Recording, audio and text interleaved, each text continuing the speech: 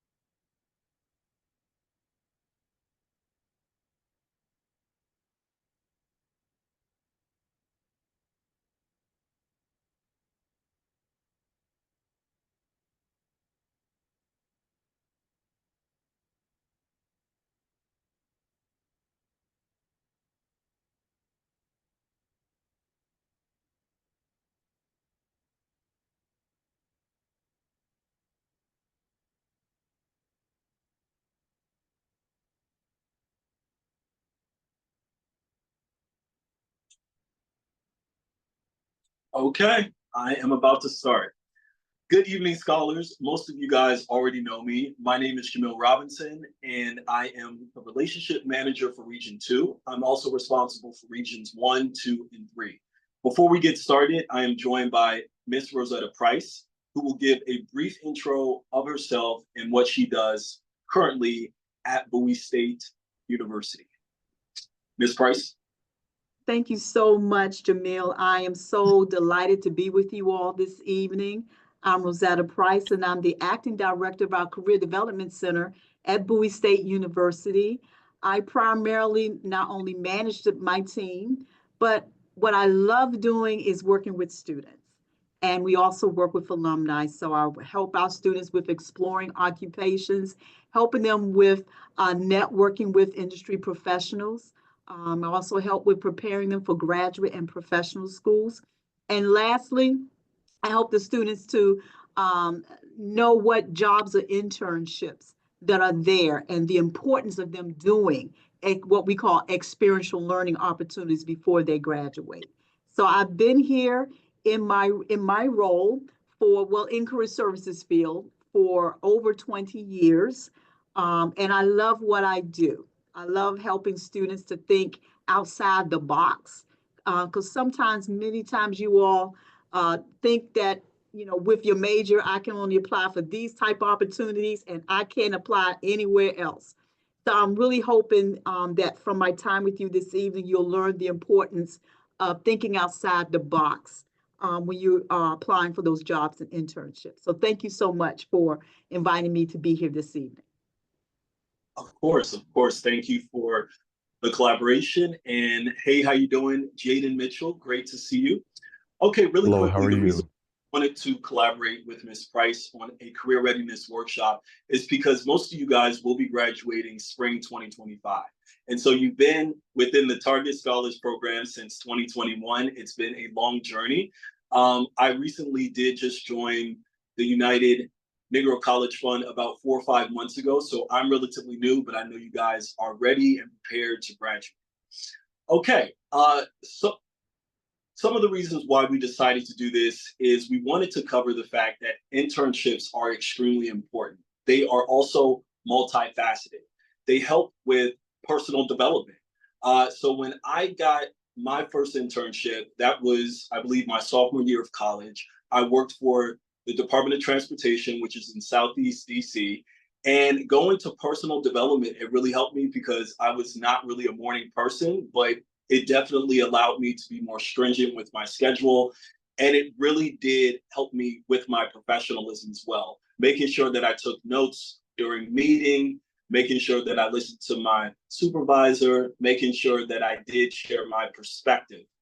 So keep that in mind. Personal development does go a long way, especially when you do score the internship of your choice. Skills building. It's important. When you have that internship, you will build your skill set. That's one of the most important things. It's one thing to know a person, but it's another thing to actually possess the skill set. So keep that in mind. Third thing is exposure to your career. So working within the Department of Transportation for 2 summers, I soon realized that that really wasn't something that I wanted to do. It was a lot of red tape. There was basically, you're kind of looking at Facebook the entire day. I mean, now the Department of Transportation does have like mission statements and values, but I mean, to be honest, my experience, they gave you a lot of busy work. I mean, so that's just something where I was exposed to working for the federal government, but within that department, that's something that I decided I'm really not passionate about. So it can be a negative thing. It can also be a positive thing. So please keep that in mind. By the way, we do plan to be transparent with you guys, so keep that in mind. Also, networking opportunities. So working within DOT, it was a great experience because I was able to network with so many different colleges. I was able to network with the Department of State, the Department of Treasury, etc. And so I finally found my niche. I mean, so it wasn't at DOT, but it was really adjacent to it. So networking opportunities is extremely important. That's good for your professional development as well. So keep that in mind. And then lastly, I would say one of the most important reasons why you should do the internship of your choice is a deepened commitment to social causes. Working within the United Negro College Fund, I'm helping to mitigate the achievement gap. And so that's just something that I'm extremely passionate about. So if you want to work for a nonprofit, just make sure that you agree with the mission statement, the values, the core values within the nonprofit, and you'll be passionate about your job. You'll be passionate about what you do every day. So did you guys have any questions before we go into Ms. Price? Okay, so we are going to start the workshop with Ms. Rosetta Price. And without further ado, Ms. Price. Okay, then. What I'm going to do is share my screen. Okay, so you can see my PowerPoint. Hopefully I can do this correctly to get it set so we can do the slideshow. Oh, here we go. There we go. Hopefully you can see my screen. Can you see my screen, Jaden? Yes, I can. Okay, great. It's great to meet you and be with all of you, but especially you, Jaden, okay? So you have a nice little personal session going on here, and that's a great thing. So, Jaden, congratulations to you graduating this spring. Thank you. I really appreciate it. All right. I'm happy for you, Jaden. Yes, yes. So congratulations to you. So I'm going to talk to you about being career ready. So I'm going to talk to you about why, and I think Mr. Robinson just really told you the importance of doing internships, but I'm going to, hopefully I'll be able to share some more information about why it's important. We're going to talk about how you're going to, the importance of organizing your internship as well as job search, applying for jobs and internships, and we're going to talk about internship and job preparation. So why internships? Jaden, my department, we are members of an organization called the National Association of Colleges and Employers. NACE for short. And what NACE does, they work with not only career service professionals, but they also work with employers. So they always do a wonderful survey of their employers because they want to know, and we want to know, what is the job outlook for that graduating class. So what they did, they surveyed their employer members, and 83% of them responded. And we wanted to know what happened with those, our spring 2024 graduates. So this is some of the data that they actually shared with us, and I'm going to share that data with you now. They said that 24.9% of their employers said that they were going to increase, okay, their hiring or maintain, and that was 57.7% said they would maintain hiring for the class of 2024. So this leaves a little bit about what's happening to those respondents who did not respond. And that's 17.4% NACE reported who did not respond. And they're saying that for that group of employers, that they're planning probably to decrease hiring, okay? And this simply means that, number one, during the pandemic, a lot of organizations were doing a whole lot of hiring because everything was virtual, technology. It put all of us in a different space. But the organizations, as well as higher education institutions, we still had to move forward with programs and services. So they did a lot of hiring. But now that we're on the other side of the pandemic, what that decrease simply means is that they're actually moving back to now their normal hiring plans. So I don't know, Janie, have you been hearing in the news, maybe especially with some of your big IT companies, you're hearing layoffs are happening. Have you heard about that, Jaden? You're kind of hearing those things in the news. That's what's going on. Now they're going back to their normal hiring plans. Okay. But another thing that NACE research revealed, and I'm going to read this quote because I want to make sure I quote this correctly. And this is what one of the employers said. Regardless of whether the candidate has interned with the hiring organization or within the industry, this factor makes or breaks the hiring choice. So simply put, Jaden, it simply means that employers are looking at those resumes and they're looking at those candidates and comparing you.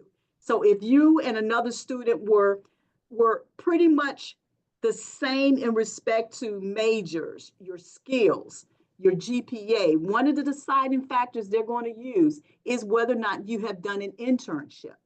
So that's why it's very, very important that you do internships. Okay, another thing that Mr. Robinson was talking about are those, we call them career readiness skills or essential skills. So NACE also surveyed their employers, and their members identified 8 essential skills that they want and they expect to see in new hires. And I'm going to name them for you. The first one is career and self-development. Next is communication. Third, critical thinking. Fourth, equity and inclusion. Leadership, professionalism, teamwork, and technology. So this is what employers are saying they're looking for in new hires. So in internships gives you a great opportunity to help with developing those skills. Okay, so that's why it's important for you to do internships. And by your sophomore year, employers expect to see connection to industry. So doing different types of internships, okay? And those internships could also help you decide whether or not that's the right industry or is that the right occupation for me or not. So it's a great way to kind of test drive, okay? The next important thing, Jading, is for talking about exploring and researching occupations and industries. This is very, very important. So here on your screen, I've identified 2 great resources for all of you. One is called the Occupational Outlook Handbook. I love, love, love this resource, and I love sharing it with my students. Occupational Outlook Handbook was developed by the Bureau of Labor Statistics, and that is the department within the agency of the Department of Labor. And they are charged with surveying different types of individuals in different occupational fields to get some great information. Number one, about what does someone do day in and day out in that occupation? What are the skills that one needs to be successful in that industry? What's the level of education? Would you need to go on to get a certification, for example? What are some courses you probably need to be taken? And what organizations will hire someone? And what majors would they look at if they're going to hire within that specific occupation? Another thing that they'll look at, number one, is they project. So they do a projection in respect to, is this particular occupation going to be in demand 5, 10, 15, 20 years down the road?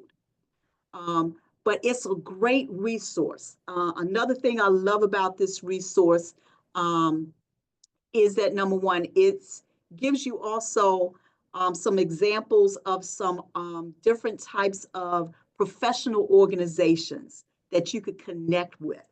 And I always love telling my students about that, but I'll talk about that a little bit later in my presentation. Another great resource that Department of Labor has is ONET. ONET is sort of like a way for you to do maybe, say for example, maybe like a career assessment. You're able to learn about the different hot jobs or hot industries. For those who might, if I have any students who might be student vets, it kind of help you with knowing how to translate the military lingo to language that employers will really understand. So both of these are great resources for you all to use.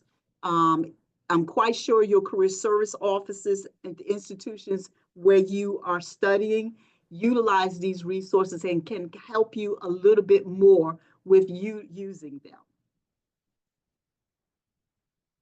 I think another thing that is important, number one, is that you also organize your job and internship search. You all do such a wonderful job being students, making sure that you are enrolled in those classes when you have to enroll in them.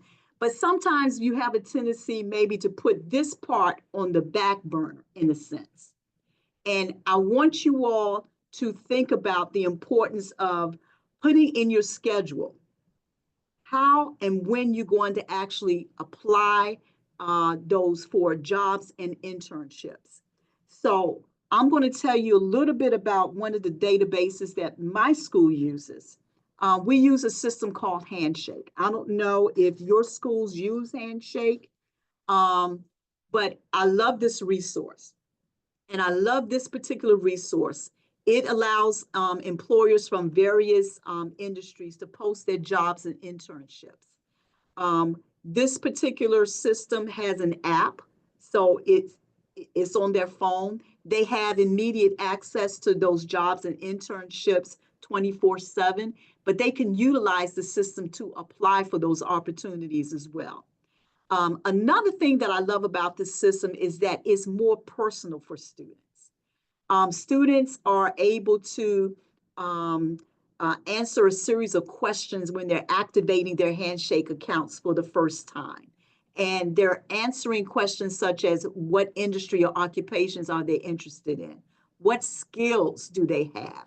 And what it will do is to automatically start populating or recommending those opportunities that's already in the system for students.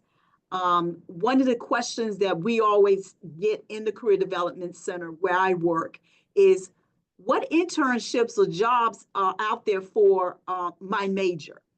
So no, we don't always know all of those opportunities, but I'm quite sure that at your schools, your career service office probably has an online resource where that you have access to where you can search for those jobs and internships. Handshake is just one.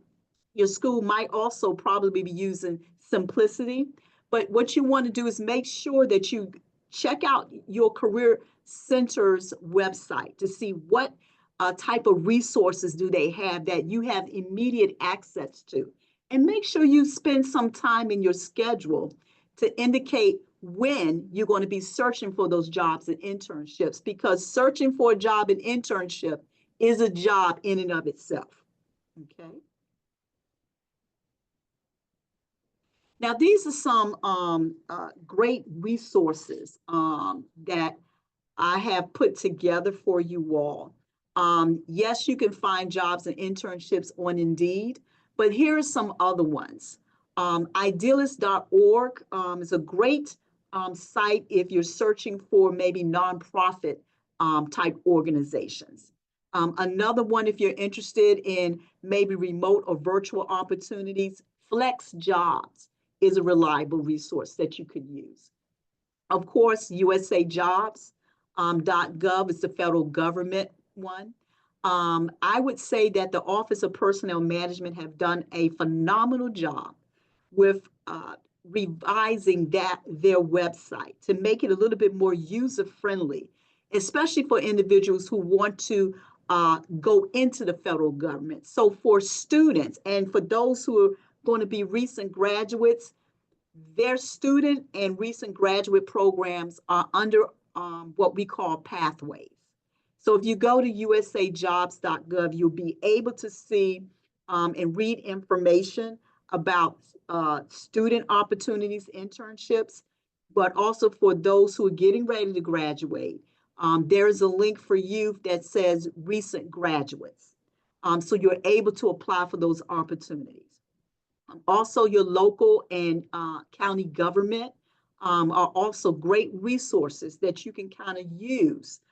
Go to their websites, and so you become familiar with them. Now, when you're searching for remote jobs, so in your search feature, you might want to type in words such as remove, virtual, completely distributed, or 100% distributed, especially if you're interested in virtual or remote opportunities.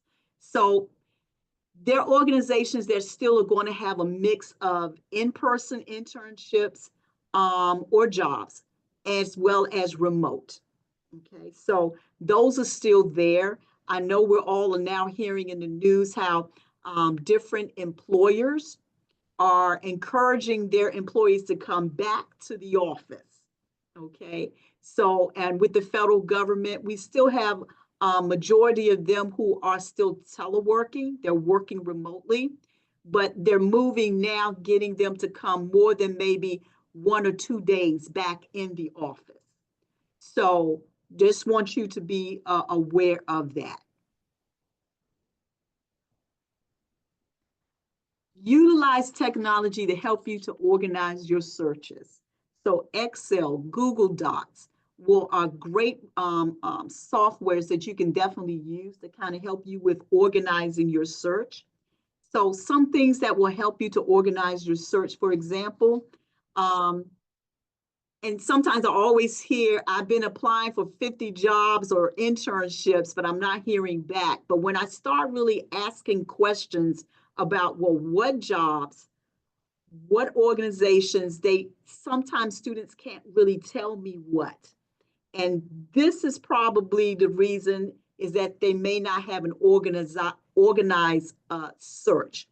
So Excel, Google Docs, whatever you need to do to help you with organizing your job and internships. One thing you may want to do, bookmark where you've actually searched. That way you'll be able to come back to those opportunities if you cannot apply right then and there. I think second, some things you want to put on your Excel spreadsheet, on your Google Docs. Number one, indicate the name of the position that you applied for. Usually there's always a vacancy number or either a point of contact. If not a specific person's name, it may have an email address, or it may also have maybe a phone number that you can reach out to someone. Also indicate on your forms what was the application deadline, okay? And when did you actually apply for that opportunity? What employers are telling us is usually they'll wait until the application deadline has closed before they will start really reviewing those applications. So if you have, what you don't want to do is start reaching out like the minute you hit submit, okay? You want to give them some time. So I would buffer maybe about 2 or 3 weeks once you've applied for an internship or job, before you start reaching out to find out about the status of your application. Okay, so I think that's a great tip, and I'm glad to share that with you all this evening. Applying for those jobs and internships. Like I said, it is a job, okay? So what you have to do is put a schedule together for yourself so that you will know during this period of time, I'm going to be applying for jobs and internships, okay? And make sure that time slot on that day or days of the week, that's what you're doing, okay? That will help you to kind of not feel too much stress. And I know as graduating seniors, you feel so much stress and pressure because you want to be successful to the very end. So this way, having a schedule and something set up for yourselves, I think will help you. But before you start applying, I need you to start asking yourself some questions. Am I really qualified for this particular position? I think many times the frustration that I hear when I talk to students or even alumni is, again, I've applied for all these jobs, but I always ask, are you qualified for it? Many times we will always look at salary, we'll look at maybe the name of the organization, but we're going to look at the responsibilities or work tasks that's going to be involved in that role. But we might not kind of look further down to see what are the qualifications that says that, number one, you meet the requirements to apply. And many times if people do that, you may start ruling your own self out. Oh, I'm not qualified for this. So that's something I need you to always do. Look down at the qualifications section and see whether or not and ask yourself, am I really qualified for this particular role? Okay. Make sure that when you are preparing your documents, you always want to make sure you are submitting the correct resume format. For jobs and internships, you have different industries that may require different types of formats. For example, with the federal government, they have their own resume format that they want you and expect you to use that format. On USA Jobs, they do have a resume builder, and they do have some information on how you can actually create a federal resume. You might also want to check with your career service office to see whether or not are there any federal employers that's going to be on your campuses that are going to be handling those type of sessions. Also on usajobs.gov, if you scroll down to the very bottom, you will see like a calendar of their events. Many times they have different agencies that are hosting virtual resume writing sessions. Those usually fill up pretty quickly, but I want you to make sure that you're going to monitor that. If that's one of your employees of choice, make sure you monitor that. So you're learning about not only how to build an effective resume for the federal government, but also what's the process? You know, once I submit it, what's next? What happens next? And that particular website does a great job with informing you all of that. You also want to make sure that you're submitting a targeted resume when you're applying for jobs and internships. Very, very important. We have to now make sure that your documents, your resumes, are able to get through applicant tracking systems, ATS systems for short. So there's certain resume formats that will cause your resumes to not really transmit well over their systems. Applicant tracking systems are what all organizations, all industries are using to help them with screening applicants. So anytime you're applying for any opportunities, a job or internship, that's where all of our documents are going, is to their applicant tracking systems. So if you look at my presentation, you see two columns. So if you're using like two-column resume style formats, what we're hearing from our HR specialists is that that's not transmitting well. Okay, so you want to think about using another style resume, okay, template. Some other things that does not transmit well over their ATS systems: pictures, graphs, dark shadings, maybe light font or prints are not transmitting well. So you want to make sure that you are creating a document that will get through their system first before it will hit a live person's hands, okay? Work with your career service office, and yes, I'm going to continue to say it, that you utilize the resources there on your campuses. Also, make sure you prepare a cover letter, okay? Just as that resume has to be targeted to the employer, so does your cover letter, okay? I'm quite sure career service offices may have some cover letter templates as well as resume templates that you can kind of use to help you with putting your documents together.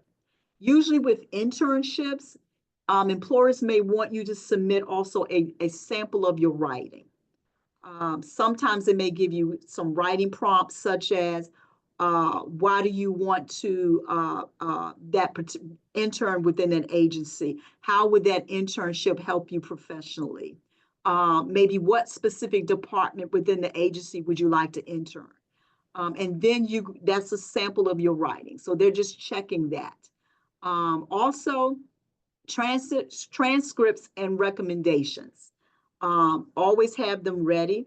Now, when it comes to recommendations, I always tell students, make sure, number one, that you're selecting someone who knows you, who can speak to your skills and how you would qualify for those opportunities.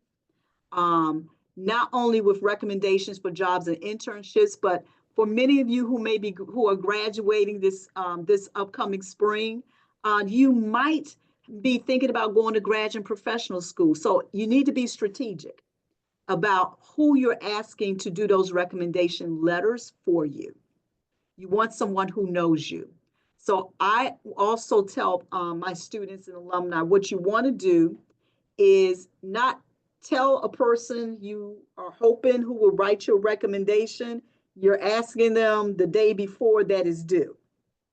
Give them time to put together a letter of recommendation that will help you get that opportunity. So I always tell students that will help them. Number one, give them a copy of your resume. Give them a copy of maybe that job or internship you're applying to, or maybe that graduate school program as well.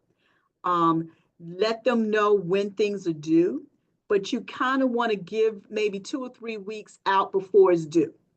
Okay, give yourself some time so you won't feel under pressure, and that particular person that you're hoping will write that recommendation letter for you will not feel pressured as well.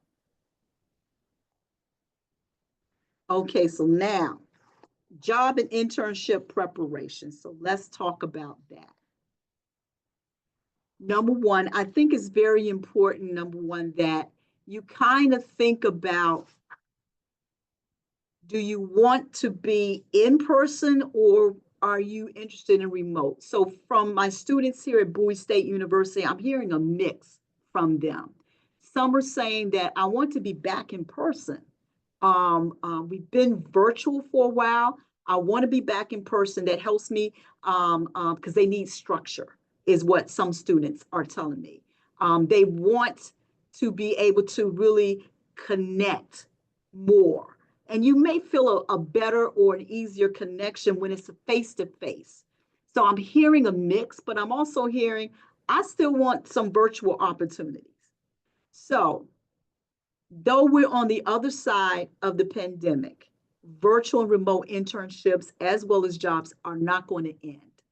But I want you all to be prepared that organizations have now developed some regulations that will provide protocol for their remote and virtual internships. So it's very important that, once, if you're hired for one of those type of opportunities, that you really read those guidelines and those protocols, because they're going to hold you accountable to them. I want you all to think outside the box. I want you to consider small or mid-sized companies. One thing that I love doing when I'm working with my students here at Bowie is that I love helping them to start thinking about other organizations and how they can apply their degrees. For example, what I'm hearing and I'm seeing a lot now in the finance industry, as well as with accounting firms, is that yes, they're hiring students within those academic majors, but they're also looking for IT students. So that was something I had to really talk to my IT students about. They wasn't thinking about, a Chase Bank or even looking at maybe some accounting firms like KPMG. They were really focused on those organizations they saw a connection with. So start thinking outside the box. I want you also to identify those skills that you feel you need to be strengthened in. Go for those opportunities, number one, that will offer you to develop those type of skills. Lastly, LinkedIn. If you don't have a LinkedIn account, I strongly encourage you to create one. Okay. This is where employers also are doing their recruiting for internships, but also they're doing the recruitment for jobs as well. So again, LinkedIn, you're looking at jobs. This is it. LinkedIn is that professional networking that's out there now. And again, I really encourage you to develop one. Again, that's where you can connect with recruiters. This is where you can apply for their opportunities. Something else you could probably do on social media is follow those companies that you're interested in. I know with Handshake, what students are able to do, they're able to just click a link and be able to follow those organizations that they're interested in working with. I want you to be agile. Okay, identify what your transferable skills are. All of us have transferable skills. Transferable skills are those skills that we have acquired, maybe from working in different types of organizations, but now we're able to use those skills in industry related fields. Okay, for example, if you're working in retail, fast food industries, that's wonderful because you've acquired some great skills, not only customer service, but how about conflict resolution? How about teamwork skills? Okay, problem solving. All of those are what we call transferable skills.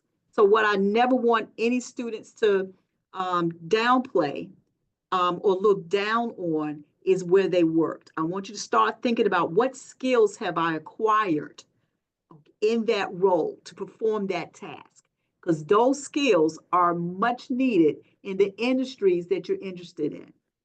Lastly, I want to make sure that you're networking. There are professional associations that will have student memberships. I can give you an example of one that I know that we have a student chapter here on our campus. Is the National Association of Black Accountants. So those students who are accounting students, that's the one thing I make sure that they are part of, and they pay a nominal fee to be a part and have a student membership. Having student memberships with professional organizations will allow you, number one, to connect with industry professionals. Number two, you're getting those jobs and internship information. And number three, you're able, number one, to maybe go to conferences not just nationally, but maybe there's some local organizations that's affiliated with the national one, and you can get more involved because I'm telling you, what organizations are looking at now is to replenish their network, their employees, especially those who are getting ready to retire. They need to replace those employees with you. So I want to make sure that you are having that opportunity to connect and to network with industry professionals. And that is a great way to do so by having those type of student membership with those organizations. Lastly, I'm going to ask you this question. Have you Googled yourself lately? Because what you do on social media can break or end your career before it starts. So I want you to start now looking at your social media accounts, okay? Are you saying things that's maybe inappropriate? Are you putting pictures of yourself out there, okay? That's inappropriate. Yes, employers can go to your sites and yes, they can see exactly what you're doing. Even if you make it private, they can. I have a student who graduated, and one of the things that he does for his organization, he does the background checks and he goes to the social media and he's able to get in those accounts and see exactly what's going on. And it's very important, first impressions, because yes, they're going to Google you, but Google yourself first to see what happens, what comes up, okay, that might be inappropriate that you can fix in the meantime. Okay. And that's my presentation, okay, on helping you all to be career ready. All right. So I'm going to stop sharing my screen now and see whether or not there are any questions or comments.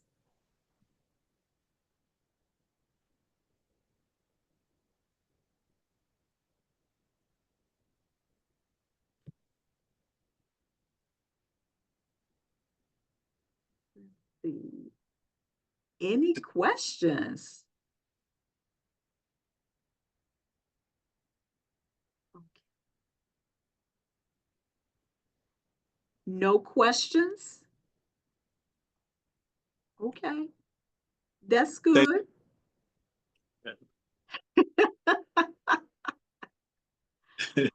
Yes, that's fine.